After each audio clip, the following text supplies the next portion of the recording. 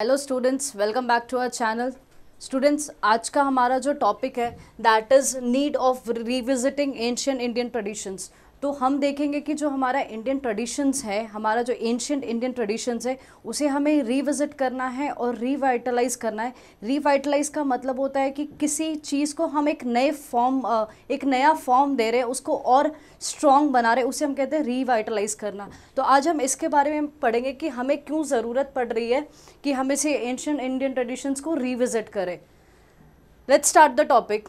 Revisiting ancient Indian traditions holds significant relevance in contemporary times for various reasons that impact society, culture, spiritual and well-being। तो ये क्या कह रहा है कि हमें इंडियन ट्रेडिशंस जो है उसे रिविजिट करना है। क्यों? क्योंकि ये एक सिग्निफिकेंट रेलिवेंस है आज के समय में भी, फॉर वेरियस रीजन्स, जो हमारी सोसाइटी को, कल्चर को स्पिरिचुअली एंड वेलबींग इम्पैक्ट करता है। The need to revisit ancient Indian tradition is stated as follows। हमें 8 पॉइंट कवर करना है इसके अंदर, और 8 की डिटेल फिर हम एक एक करके कवर करते हुए चलेंगे। सो मैंने आपके लिए ये चार्ट बनाया ताकि आपको जो एग्जाम में याद रखना है सिर्फ वो 8 पॉइंट्स आप याद रखोगे, और बाकी कंसेप्ट हम समझते हुए आगे चलेंगे and you can write in your own words. तो देखते हैं कितने पॉइंट्स हैं। 8 पॉइंट्स है। So number 1 point is preservation of cultural heritage. Second is spiritual and philosophical wisdom, जहाँ पे हम फिलोसफी की थोड़ी बात करेंगे।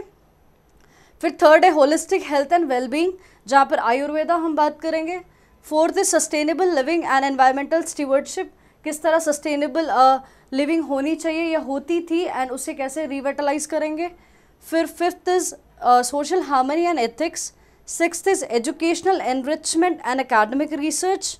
Seventh is revitalisation of artistic and cultural expressions and promotion. Last क्या है? Promotion of peace and global harmony. तो हम एक एक करके बच्चों सारे पॉइंट्स को डिटेल में पढ़ते हैं। So the very first point is preservation of cultural heritage. तो हमारा जो कल्चरल हेरिटेज है, हमारे जो ओल्ड एंशियंट इंडियन ट्रेडिशंस है, उसे क्या करना है? उसे प्रिजर्व करके रखना है। Ancient Indian traditions involve a rich tapestry of customs, rituals, philosophies and arts that have evolved over millennia। तो एंशियंट जो इंडियन ट्रेडिशंस है वो क्या क्या होते हैं? कस्टम्स होते हैं, रिचुअल्स होते हैं, फिलोसफीज होती है, आर्ट्स होते हैं जो बहुत साल लगाकर क्या बने हैं। They reflect the diversity and depth of Indian civilizations. तो ये जो हम इंडियन ट्रेडिशंस की जो बात करें, इनका जो डेप्थ है, इनका जो बेस है, वो कहाँ है? हमारे कल्चर में है। तो दे रिफ्लेक्ट क्या? डाइवर्सिटी ये बताता है इंडियन सिविलाइजेशन की, spanning in ancient text like Vedas, Upanishads, epics such as Mahabharata, Ramayana and teachings of sages and scholars. तो जब हम इंडियन ट्रेडिशंस की बात करते हैं तो हमने देखा हमारा जो इंडियन ट्रेडिशंस है बहुत ही रिच एंड डाइवर्स है, जिसमें हम क्या क्या देखते हैं कि बहुत सारी एंशियंट टेक्स्ट देखने को मिलेंगे। जैसे हमने देखा था वेदास देखने को मिलेगा, वेदंगास, उपनिषद्स हो गए, ये सारी चीज़ें हमें देखने को मिलेगी। एपिक्स की जब हम बात करते हैं, पुराणास की जब हम बात करते हैं, we have 2 epics that is Mahabharata and Ramayana. फिर बहुत सारे ऋषि हुए हैं, उन्होंने अपनी टीचिंग्स दी है, स्कॉलर्स हुए हैं। फिर आप जैसे मीराबाई हो गई, ये सारे लोगों की आप देखोगे इन्होंने डिवोशनल सॉन्ग्स भी निकाले। तो ये सारी की सारी चीज़ें क्या है? ये सारी की सारी हमारी पुरानी हिस्ट्री है, ये पुराने हमारा रिच हेरिटेज है। Revisiting these traditions helps preserve cultural heritage. जब हम इसे रिविजिट करते हैं तो हम रिविजिट करते क्यों हैं? ताकि हमारा जो रिच कल्चर है, हमारा जो कल्चरल हेरिटेज है, हम उसे क्या कर सके? प्रिजर्व कर सके, ताकि जो आने वाला फ्यूचर जनरेशन्स है, जो कमिंग जनरेशन्स आ रही है, ग्रो हो रही है, वो उस चीज़ को समझ सके एंड अप्रिशिएट कर सके कि हमारी जो भारत की हिस्टोरिकल लीगेसी है उसे क्या करे? वो अप्रिशिएट करे और कहे कि भाई क्या है, भारत कितना ज़बरदस्त है। ठीक है। Point number 2, spiritual and philosophical wisdom की जब हम बात करते हैं, ancient Indian traditions are deeply rooted in spiritual and philosophical wisdom that offers profound insights into human existence, consciousness and universe। जब हम ancient Indian traditions की बात करते हैं तो उसके जो roots है, हमारे जो roots है, वो कहाँ है? spiritual and philosophical wisdoms में। ठीक है। और ये क्या चीज़ बताता है? किस चीज़ की हमें deep understanding देता है? human existence के बारे बताता है, कॉन्शियसनेस एंड द यूनिवर्स, ब्रह्मांड। ठीक है, हमने different different schools of thoughts भी पढ़े, हमने ये देखा मोक्ष पाने की क्या प्रक्रिया रहती है, वो सारी चीज़ें हमने कवर कर चुके हैं। तो यही हम देख रहे हैं कि जब हम फिलॉसफी की बात करते हैं, स्पिरिचुअल की बात करते हैं, तो क्वेश्चंस क्या होते हैं, ह्यूमन एग्जिस्टेंस के बारे में होता है, कॉन्शियसनेस, यूनिवर्स की हम बातें करते हैं। Practices such as yoga, meditation, Ayurveda, Ayurveda को हम क्या कहते हैं, एंशिएंट मेडिसिन कहते हैं, and teachings of spiritual leaders like Buddha and Mahavir emphasize the inner growth, self realization and harmony with nature. तो प्रैक्टिसेस लाइक योगा, मेडिटेशन मतलब ध्याना, आयुर्वेदा पुरानी जो मेडिसिन है जो होलिस्टिक अप्रोच देती है हेल्थ के वेलबींग के लिए, और जो टीचिंग्स होते हैं, बहुत सारे स्पिरिचुअल लीडर्स हमने पढ़े थे, जिसमें से हमने बुद्ध एंड महावीरा की, Buddha is related to Buddhism and Mahavira Jainism. जब हम डिफरेंट स्कूल्स ऑफ थॉट्स पढ़ रहे थे तो हमने देखा था ऑर्थोडॉक्स एंड हेटेरोडॉक्स पढ़ा था। जब हम हेटेरोडॉक्स पढ़ रहे थे तो हमने देखा था कि हेटेरोडॉक्स फर्दर 4 पार्ट में डिवाइड था, जिसमें 2 नाम हमने पढ़े थे, that is Buddhism and Jainism. तो बुद्धिज़्म किससे रिलेटेड है, लॉर्ड बुद्धा से, एंड जैनिज्म किससे रिलेटेड है, महावीरा से। तो ये इनकी टीचिंग्स क्या कहती है, ये टीचिंग्स कहती है inner growth, self realization and harmony होनी चाहिए नेचर के साथ। तो ये इन चीज़ों पे फोकस करते हैं, किस पे फोकस करते हैं, इनर ग्रोथ पे, सेल्फ रियलाइजेशन पे, एंड पीस होना चाहिए नेचर के साथ। Rediscovering these traditions provides pathways for personal and collective spiritual development, promoting mental wellbeing and inner peace. हमें ये चीज़, ये जो ट्रेडिशंस हम बात कर रहे हैं, जो स्पिरिचुअल एंड फिलोसॉफिकल विजडम की बात कर रहे हैं, हमें इसके रीडिस्कवर क्यों करना है, क्यों, क्योंकि ये क्या प्रोवाइड करते हैं, ये रास्ता देते हैं, किस लिए, स्पिरिचुअली डेवलप होने के लिए, प्रमोट मेंटल वेलबींग, हमारी जो मेंटल वेलबींग है उसे प्रमोट करते हैं। क्योंकि हम ध्यान, जब हम मेडिटेशन की बात करते हैं, ध्यान की बात करते हैं, हम क्या बात करें कि कॉन्सेंट्रेशन कैसे हो सकता है, डीपर हम कैसे सोच सकते हैं, ये सारी बात हम करते हैं। तो इससे क्या होगा, मेंटल वेलबींग की बात कर रहे हैं, और फाइनली क्या होगा, हमें इनर पीस मिलेगा। Moving to the next point, that is point number 3. This is point number 3 students. Holistic health and well-being. किसकी बात करें हम, होलिस्टिक हेल्थ। होलिस्टिक मतलब क्या, ओवरऑल हेल्थ की बात करें, जिसमें फिजिकल भी आ जाएगा, मेंटल भी आ जाएगा, एंड स्पिरिचुअल भी आ जाएगा। जब हम होलिस्टिक हेल्थ की बात करते हैं तो वी हैव वन नेम जिसे हम कहते हैं आयुर्वेदा। आयुर्वेदा को क्या कहा जाता है, साइंस ऑफ लाइफ कहा जाता है। अब ये आयुर्वेदा क्या है, this is ancient medicine, ancient medicine. आपने पहले भी सुना होगा, कहीं यूनानी का नाम सुना होगा, ये यूनानी हो गया, आयुर्वेदा हो गया, ये सारी चीज़ें क्या है, सिद्ध हो गया, ये सारी चीज़ें क्या है, ये एंशिएंट मेडिसिन ही है। तो अभी हम जो पढ़ेंगे, हम आयुर्वेदा के बारे में पढ़ेंगे कि आयुर्वेदा एक एंशिएंट जो मेडिसिन है, ये क्या वर्ल्ड की ओल्डेस्ट में से एक कह सकते हो मेडिसिन है, जो बताती है कि होलिस्टिक अप्रोच होना चाहिए हेल्थ के लिए। ये क्या क्या इंटीग्रेट करती है, क्या क्या इंटरकनेक्टेडनेस या बोल सकते कॉम्बिनेशन किसका किसका है, फिजिकल का, मेंटल का, and spiritual wellbeing. It emphasises personalised treatment. ये क्या करती है, पर्सनलाइज्ड ट्रीटमेंट देती है, हर इंसान की बॉडी के हिसाब से वो ट्रीटमेंट दिया जाता है। क्योंकि हर बॉडी, कहते हैं कि हर बॉडी 5 कॉन्स्टिट्यूएंट से बनी है, लाइक एग्जाम्पल एयर, वाटर, अर्थ हो गया, आकाश हो गया, ये सारी चीज़ों से बनी है। तो हर बॉडी का जो कॉन्स्टिट्यूएंट्स है वो अलग होते हैं। 3 तरह के दोषाज हम आगे की क्लासेस में देखेंगे कि वात, पित्त, कफा, ये सारे दोषाज होते हैं। हर बॉडी में ये दोषाज अलग अलग मात्रा में पाए जाते हैं। किसी में वात ज़्यादा होता है, किसी में पित्त ज़्यादा होता है, किसी में कफा ज़्यादा होता है। उस हिसाब से आपके बॉडी के रिएक्शंस भी अलग अलग होते हैं। तो ये क्या होता है, उस हिसाब से आपको पर्सनलाइज ट्रीटमेंट दिया जाता है कि किस तरह के आपके दोषास काम कर रहे हैं। और नेचुरल रेमेडीज़ दी जाती है। जब हम नेचुरल रेमेडीज़ की बात करते हैं, that means related to the nature, जिसमें हर्ब्स, मिनरल्स आ जाएंगे, ठीक है, एंड थेरापेटिक प्रैक्टिसेस। ये सारी चीज़ों को हमें रिविजिट क्यों करना है, revisit ancient Indian traditions in health care promotes, क्या प्रमोट करेगा, प्रिवेंटिव केयर, ताकि बीमारी आने से पहले हम उसे रोक सकते हैं, या फिर जो बीमारी आई है हम उसको बढ़ाने से रोक सकते हैं।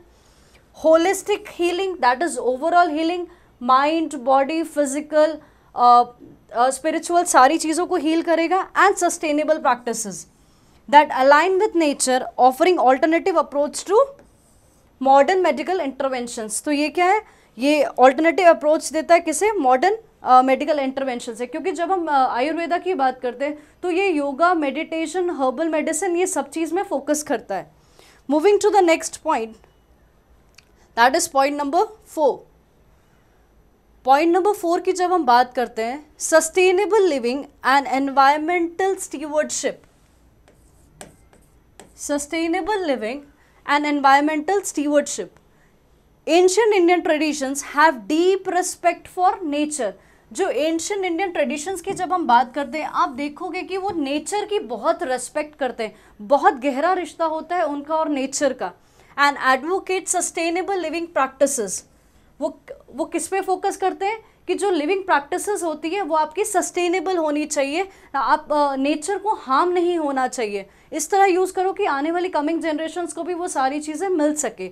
That promote harmony between humans and environment. तो ये क्या कहता है कि आपकी जो लिविंग प्रैक्टिसेस होनी चाहिए सस्टेनेबल होनी चाहिए, ताकि हार्मनी मेंटेन रहे, पीस मेंटेन रहे, किसके किसके बीच में, ह्यूमन्स एंड एनवायरनमेंट के बीच में। एक कंसेप्ट की बात करते हैं, दैट इज वासुदेव कुटुंबकम। वासुदेव कुटुंबकम, प्लीज ये नाम जरूर याद कर ले। The world is one family. कहने का क्या मतलब है कि ये जो पूरी अर्थ है, ये अर्थ में जितने भी लिविंग बींग्स है वो सारे के सारे क्या है, एक परिवार की तरह। इसीलिए हमें इंटरकनेक्टेडनेस की बात करते हैं कि सबको साथ में मिलजुल के चलना चाहिए और किसी को हार्म नहीं करना है। तो ये कंसेप्ट जो वासुदेव कुटुंबकम है, ये किस पे एम्फोसाइज करता है, इंटरकनेक्टेडनेस की। सारी चीज़ें एक दूसरे के साथ क्या है, इंटरकनेक्टेडनेस है। And responsible stewardship of the natural resources. जो नेचुरल रिसोर्सेज हैं, जो नेचर के रिसोर्सेज हैं, उसे प्रॉपरली यूज़ करो, उसको प्रोटेक्ट करके रखो, प्रिजर्व करके रखो। ठीक है। Traditional agriculture practices. अगर हम ट्रेडिशनल एग्रीकल्चर की प्रैक्टिसेस की बात करते हैं तो वी हैव ऑर्गेनिक फार्मिंग।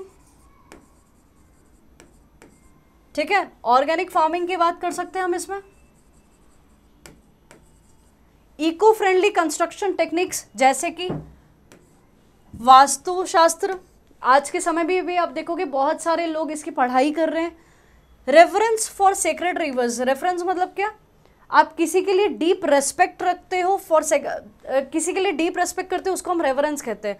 तो जो सेक्रेड हमारी रिवर्स है, जैसे कि गंगा हो गई, उसके लिए हम बहुत रेस्पेक्ट करते हैं। तो इसका क्या मतलब होता है कि ये सारे क्या हाईलाइट कर रहे हैं, importance of preserving ecological balance. तो जब हम देखते हैं कि जो ट्रेडिशनल एग्रीकल्चर प्रैक्टिसेस होती थी, जो कंस्ट्रक्शन टेक्निक क्या है, इको फ्रेंडली होती थी, एंड जो रिवर्स है हमारी, जो सेक्रेड रिवर्स है, उसके लिए हम बहुत रेस्पेक्ट करते हैं। तो ये सारी चीज़ें क्या हाईलाइट करिए कि हम जो हमारा जो इकोलॉजिकल बैलेंस है उसे प्रिजर्व करके रखना, उसकी इंपॉर्टेंस को बताती है। ये सारी चीज़ों को हमें रिविजिट क्यों करना है, अगेन हम आंसर, आज का जो हमारा फोकस है वो किस लिए, कि हमारा नीड क्या है रिविजिट करने का। तो आप जब भी आंसर्स लिखोगे तो आप देखोगे लास्ट के 3 या 4 लाइन में आपको आंसर्स मिलेंगे। तो ऐसा नहीं है कि आप ऊपर की कहानी लिख देना और ये आंसर्स मिस कर देना। सबसे इंपॉर्टेंट जो पार्ट है आपके आंसर का, ये यही फोकस है। Revisiting these traditions offer insights into sustainable development. तो ये किसके बारे बताता है कि सस्टेनेबल डेवलपमेंट के बारे बताता है। देन एनवायरमेंटल कंजर्वेशन स्ट्रैटेजीज, ये किस पे फोकस करता है कि एनवायरमेंट को किस तरह कंजर्व कर सके, उनके स्ट्रैटेजीज के बारे में बात करता है, ताकि जो भी आज की कंटेम्प्रेरी जो प्रॉब्लम्स है, आज की जो ग्लोबल प्रॉब्लम्स देखने को मिल रही है, जैसे कि क्लाइमेट चेंज हो रहा है, बायोडाइवर्सिटी का लॉस हो रहा है, ये सारी चीज़ों को हम अच्छे से फेस कर सकें। कैसे फेस कर पाएंगे, जब हम सस्टेनेबली डेवलप होंगे एंड जब हम कंजर्वेशन करना शुरू कर देंगे एनवायरनमेंट का। ठीक है, moving to the next point, that is point number 5, social harmony and ethics. Social harmony and ethics. Ancient Indian traditions promote values of compassion, tolerance, non-violence and social justice that are essential for fostering harmony in diverse society. हमें तो पता है ना कि हमारा जो culture है बहुत ही डाइवर्स है, हमारी जो सोसाइटी है बहुत ही डाइवर्स है, क्योंकि यहाँ पर different different cultures, different traditions, dances, art forms हमने देखने को मिलते। तो ये सारी चीज़ें जो हमारे यहाँ होती है, जो हमारी सोसाइटी इतनी डाइवर्स है, उसको हार्मनी मेंटेन करने के लिए क्या क्या चीज़ों की ज़रूरत होती है, कौन कौन से वैल्यूज़ की ज़रूरत होती है। That is compassion.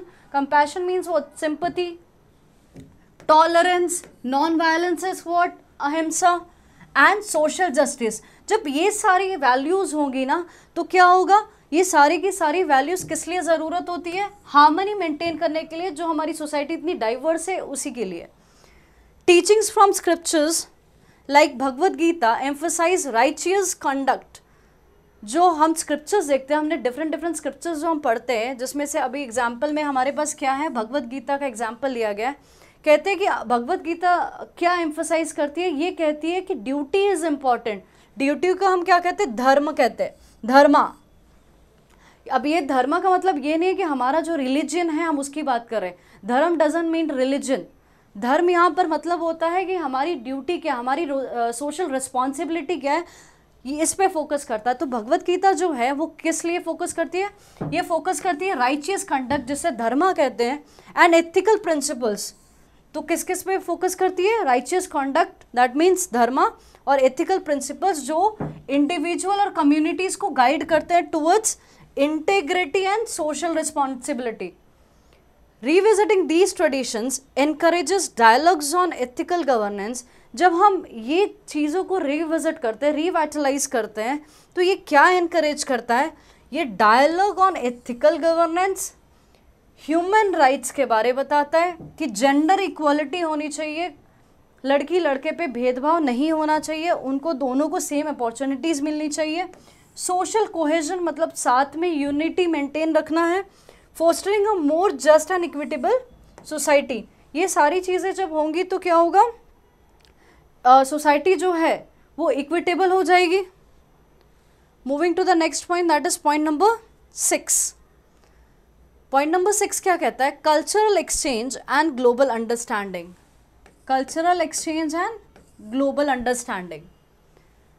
Ancient Indian traditions have historically attracted scholars, seekers and admirers around the world, contributing to cultural exchange and mutual understanding। हम सभी को पता है कि हमारा जो इंडियन कल्चर, इंडियन ट्रेडिशंस है, बहुत ही रिच एंड डाइवर्स है।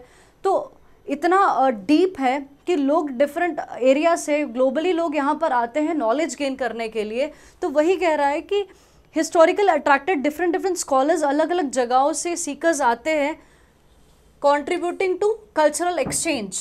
तो इन चीज़ों से जब आप देखोगे कि डिफरेंट डिफरेंट लोग आ रहे हैं, अलग अलग जगहों से आ रहे हैं, तो इसमें क्या होता है? कल्चर एक्सचेंज हो जाते हैं और म्यूचुअली अंडरस्टैंडिंग हम फोस्टर कर सकते हैं, आपस में अंडरस्टैंडिंग और ज़्यादा बढ़ेगी।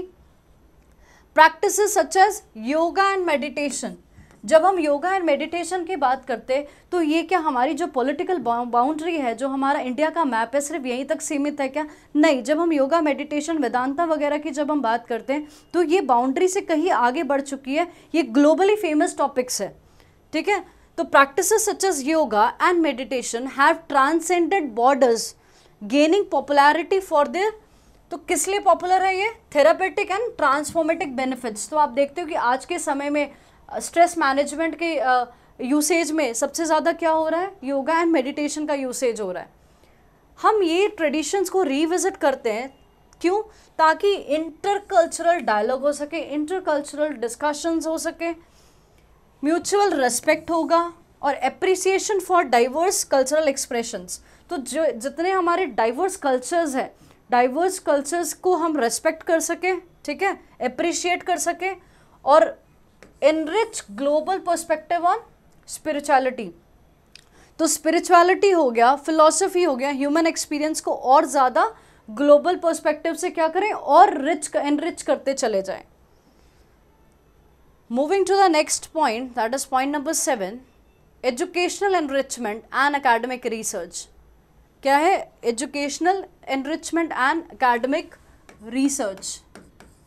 Ancient Indian traditions offer a vast depository of knowledge that continue to inspire academic research, scholarship, scholarly pursuits in fields such as history, linguistics, archaeology, philosophy and religious studies। हमारा जो traditions है हमारे पास ज्ञान की तो कोई कमी नहीं है, बहुत वास्ट ज्ञान है हमारे पास, बहुत वास्ट नॉलेज है। तो ये क्या कर रहा है कि हमारी जो डिपॉजिटरी ऑफ नॉलेज है दैट कंटिन्यूज टू, बहुत लोगों को ये एकेडमिकली रिसर्च करने के लिए इंस्पायर कर रहा है। बहुत सारे स्कॉलर्स आते हैं, स्टडी करते हैं in the fields of history, linguistic मतलब डिफरेंट लैंग्वेजेस, आर्कियोलॉजी, फिलोसफी और रिलीजियस स्टडीज़ करते हैं। टेक्स्ट लाइक ऋग्वेदा, अर्थशास्त्र and treatises on various science provide valuable insights into ancient civilization achievements in astronomy, mathematics, metallurgy and governance। तो बहुत सारे text हैं, जैसे कि अर्थशास्त्र हो गया, ऋग्वेद हो गया, और भी बहुत सारे डेवलपमेंट देखी गई है, साइंस में बहुत सारी ट्रीटीज़ देखी गई है। तो वो सारी चीज़ें क्या बताता है कि एंशंट सिविलाइजेशन ने कितनी अचीवमेंट्स की है। जो भी पुराने एंशंट सिविलाइजेशंस हुआ करते थे, देखते हैं कि किस तरह उनका डेवलपमेंट हुआ है डिफरेंट डिफरेंट फील्ड्स में। जैसे कि एस्ट्रोनॉमी में हम बहुत सारा डेवलपमेंट देखते आएंगे आगे की, हम जब मॉड्यूल 2 पढ़ेंगे तो हम एस्ट्रोनॉमी हो गया, मैथमेटिक्स हो गया, इन सारी चीज़ों पे हम डिटेल डिस्कशंस करेंगे।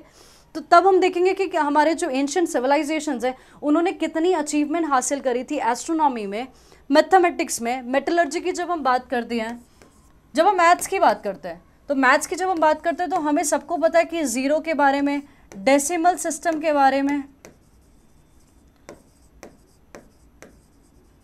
जब हम मेटलर्जी की बात करते हैं, मेटलर्जी में हमारे पास एक वुड्स करके बहुत ही फेमस स्टील के बारे में बात करते हैं, ठीक है, and governance. Revisiting these tradition supports educational enrichment, promotes interdisciplinary studies and encourages critical inquiry into India's intellectual heritage। तो हमारे पास इतना ज्ञान है, डिफरेंट डिफरेंट जगहों से लोग आ रहे हैं, इस पे रिसर्च कर रहे हैं, और हमारा जो इंडियन का जो इंटेलेक्चुअल हेरिटेज है उसको और एनरिच किया जा रहा है। तो ये सारे हम रिविजिट क्यों कर रहे हैं? ताकि हमारा जो एजुकेशनल सपोर्ट है वो ज़्यादा बढ़ सके, इंटरडिसिप्लिनरी स्टडीज़ हो सके। इंटरडिसिप्लिनरी स्टडीज़ का मतलब क्या है? 2 डिसिप्लिन मिला के आप रिसर्च कर सकते हो, जैसे कि 2 डिफरेंट सब्जेक्ट्स को मिला के आप रिसर्च कर सकते हो। पहले एक ही होता था, अब आज के ज़माने में देखोगे तो इंटरडिसिप्लिनरी रिसर्च बहुत आगे बढ़ चुका है, और क्रिटिकल थिंकिंग और क्रिटिकल इंक्वायरी में ये ज़्यादा से ज़्यादा इनकरेज करते, ताकि हमारा जो इंटेलेक्चुअल हेरिटेज है वो बहुत बढ़े। नेक्स्ट पॉइंट की बात करते हैं, point number 8, revitalisation of artistic and cultural expressions. Revitalise करना, किसी को एक नया फॉर्म देना, नई लाइफ पे लेकर आना, उसे और स्ट्रेंथन करना, ठीक है।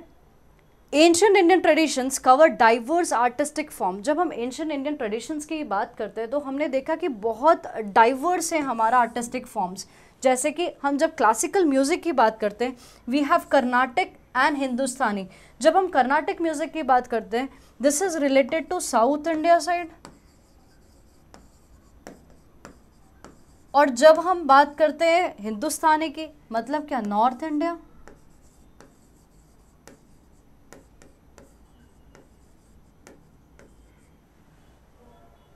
डांस, भरतनाट्यम, ओडिसी, मणिपुरी, हमने डिफरेंट कथक, बहुत सारे हम डिफरेंट डांस फॉर्म्स देखते हैं।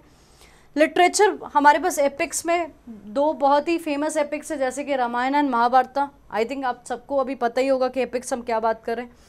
बहुत सारे पोएट्रीज भी लिखी गई हैं और स्क्रिप्चर्स भी है, ठीक है। जैसे वेदास वगैरह की बात करें हम, पोएट्रीज देखोगे तो बहुत सारे जैसे तुलसीदास वगैरह ने डिवोशनल सॉन्ग्स, पोएट्रीज लिखी हैं।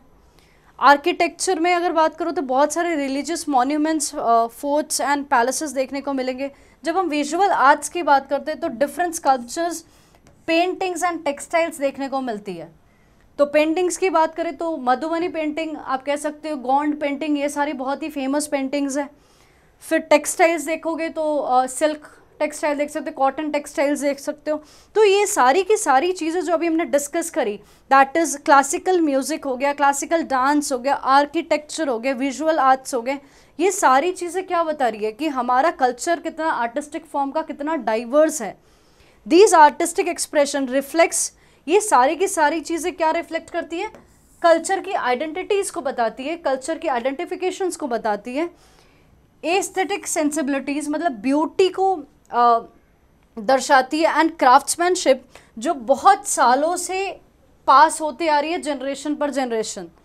ये सारी चीज़ें, ये सारे जो हमारा cultural expressions and artistic work है, हम इसे जब रिवाइटलाइज करेंगे तो क्या होगा, किस लिए हम कर रहे हैं, ताकि हमारा जो ट्रेडिशनल आर्ट्स है, आर्टिस्टिक वर्क है, उसे क्या करें, हम प्रिजर्व करें, और creativity, innovation and cultural pride को हम क्या करें, बढ़ाएं, ठीक है, among artist and communities. I hope this section is very clear to you now कि हम ये सारी चीज़ें क्यों पढ़ रहे हैं, क्यों रिवाइटलाइज या फिर हम रीस्टोर करने की कोशिश पे हैं। Next point is point number 9, promotion of peace and global harmony. Promotion of peace and global harmony. Ancient Indian traditions advocate principles of peace, harmony and universal welfare. तो जब हम एंशियंट इंडियन ट्रेडिशंस की बात करते हैं, ये किसके बारे में बताता है, किस प्रिंसिपल्स पे फोकस करता है, ये कहता है कि पीस होना चाहिए, हार्मनी होनी चाहिए, एंड यूनिवर्सल वेलफेयर, मतलब सबका वेलबींग एंड वेलफेयर होना चाहिए, that resonate with contemporary aspirations for global unity and cooperation. तो ये सारी की सारी चीज़ें क्या है, वो रेजोनेट करती है किसके साथ, कंटेम्प्रेरी एस्पिरेशंस के साथ, फॉर ताकि ग्लोबल यूनिटी रहे एंड कोऑपरेशन मेंटेन रहे। टीचिंग्स फ्रॉम स्पिरिचुअल लीडर्स, जब हम स्पिरिचुअल लीडर्स की बात करते हैं तो जैसे कि स्वामी विवेकानंद जी हो गए और महात्मा गांधी हो गए, इन्होंने एम्फोसाइज क्या किया, इन्होंने एम्फोसाइज किया पावर ऑफ, किसका power, love, compassion and service to humanity. तो इनका क्या कहना था कि लव, कंपैशन और सर्विस होना बहुत ज़रूरी है ताकि जो सोशल ट्रांसफॉर्मेशन हो पाए और पूरी दुनिया में पीस मेंटेन हो पाए। तो ये इनकी टीचिंग्स क्या कहती है कि power of love, compassion and service to humanity as catalyst for societal transformation and world peace. Revisiting these traditions inspires individuals and nations. ये सारे के सारे जो हम ट्रेडिशंस देख रहे हैं, जो हम पीस एंड ग्लोबल हार्मनी की बात कर रहे हैं, ये चीज़ें क्या इंस्पायर करेगी, इंडिविजुअल और नेशन को क्या इंस्पायर करेगी कि कल्टीवेट किया जाए किसे, एम्पैथी को, जो कॉन्फ्लिक्ट्स हो रहे हैं उसे पीसफुली सॉल्व करो, and culture of non violence को प्रमोट करो, किससे बढ़ावा दो, कल्चर ऑफ नॉन वायलेंस को, और understanding in an interconnected world, जो इंटरकनेक्टेड वर्ल्ड है, जो आपस में हम जुड़े हैं, उसमें ज़्यादा से ज़्यादा अंडरस्टैंडिंग को ग्रो करो, ठीक है। So this was all about today's class. Last हमारा सिर्फ कंक्लूजन पार्ट है, वो हम देख लेते हैं, फिर हम आज क्लास वाइंड अप कर देंगे। कंक्लूजन की जब हम बात करते हैं तो अभी हम जितनी भी पॉइंट्स पढ़ के आए हैं वो सारे पॉइंट्स को ये कंक्लूजन में सम अप किया होगा, तो ये हम पूरी कहानी इन शॉर्ट हम अभी पढ़ लेंगे। Revisiting ancient Indian traditions is not merely a nostalgic journey into the past. तो जब हम रिविजिट कर रहे हैं, इसका ये मतलब नहीं है कि बस हम नॉस्टैल्जिक फील कर रहे हैं कि पास्ट में ऐसा था, हम अपनी पुरानी हिस्ट्री को वाह वाही कर रहे हैं, अरे बहुत अच्छी थी, बहुत अच्छी थी, बट उसको हम यूज़ नहीं कर रहे अपने जीवन में, बस उसे सिर्फ जानकारी ले रहे हैं, ऐसी बात नहीं है। ये एक डायनामिक प्रोसेस है रीडिस्कवर एंड रिन्यूअल का, with profound implications for contemporary society. ये जो ट्रेडिशंस है, ये जो ट्रेडिशंस हमें क्या देते हैं, ये हमें अंडरस्टैंडिंग देते हैं हमारे कल्चरल हेरिटेज के बारे में, स्पिरिचुअल विजडम की बात बताते हैं, किस तरह हमें अपनी जो प्रैक्टिसेस है, जो लिविंग प्रैक्टिसेस है, कैसे हम सस्टेनेबली रहें, एथिकल वैल्यूज़ बता रहे हैं, आर्टिस्टिक एक्सप्रेशंस में हमने बहुत सारी चीज़ें देखी, जैसे कि डांस देखा हमने, म्यूज़िक, क्लासिकल म्यूज़िक देखा, पेंटिंग्स वगैरह देखी। ये सारी की सारी चीज़ें क्या कर रही है, ये ह्यूमन एक्सपीरियंस को एनरिच कर रही है, बढ़ा रही है और इंस्पायर कर रही है कि पॉजिटिव चेंज है। Embracing and revitalising ancient Indian tradition foster a deeper appreciation of diversity. जब हम इसे एम्ब्रेस और रिवाइटलाइज करते हैं, जब हम रीस्टोर करते हैं ये सारी चीज़ों को, तो ये क्या करता है, ये डीपर एप्रिसिएशन ऑफ डाइवर्सिटी को फोस्टर करता है, होलिस्टिक वेलबींग को प्रमोट करता है। होलिस्टिक वेलबींग की जब हम बात करते हैं, हमने आयुर्वेदा की भी बात करी कि ओवरऑल वेलबींग की वो बात करता है। नर्चर, किसे नर्चर कर रहा है, एनवायरमेंटल स्टीवर्डशिप, मतलब एनवायरमेंट को प्रोटेक्ट करना, and cultivate global peace and understanding, पूरे ग्लोब में क्या मेंटेन करना, peace and harmony, by preserving and promoting these timeless traditions, जो इतने समय से आते हुए इटर्नल जो हमारे पास ट्रेडिशंस हैं, इसे प्रिजर्व एंड प्रमोट करना है, ताकि इंडिविजुअल्स एंड कम्युनिटीज़ जो है, जो इंडिविजुअल्स है या फिर जो हमारी जो कम्युनिटी है, वो क्या ड्रॉ कर से इन सब चीज़ों से, स्ट्रेंथ को, विजडम एंड इंस्पिरेशन। तो क्या क्या विड्रॉ कर सकते हैं हम, स्ट्रेंथ, विजडम ले सकते हैं, इंस्पिरेशन, ताकि जो मॉडर्न चैलेंजेस आ रही हैं, हमारे पास जो मॉडर्न चैलेंजेस आ रही है, हम उसे अच्छे से फेस कर सकें और एक harmonious and sustainable future coming generation के लिए क्रिएट कर सकें। ठीक है, तो क्या करेंगे, by preserving and promoting this timeless traditions, individual and communities can draw, जब हम इसे प्रिजर्व एंड प्रमोट करेंगे तो इंडिविजुअल्स और कम्युनिटी क्या करेगा, स्ट्रेंथ, विजडम एंड इंस्पिरेशन लेगा, ताकि जो कमिंग चैलेंजेस है, मॉडर्न चैलेंजेस है, ग्लोबल चैलेंजेस है, उसे अच्छे से फेस कर सके और एक harmonious and sustainable future maintain कर सके, ताकि कमिंग जनरेशन जो है वो उसे भी मतलब उसे भी आनंद ले सके, वो भी आनंद ले सके हमारे जो रिच हेरिटेज है। ठीक है, so that was all about today's class. तो हमने नीड कंप्लीट कर लिए, ये सारे के सारे पॉइंट्स हमने जो है आज हमने ख़त्म कर लिए। सो दिस अनदर टॉपिक एक और ख़त्म हो चुका है। मिलेंगे आपको अगले लेक्चर में एक नए टॉपिक के साथ। Thank you so much.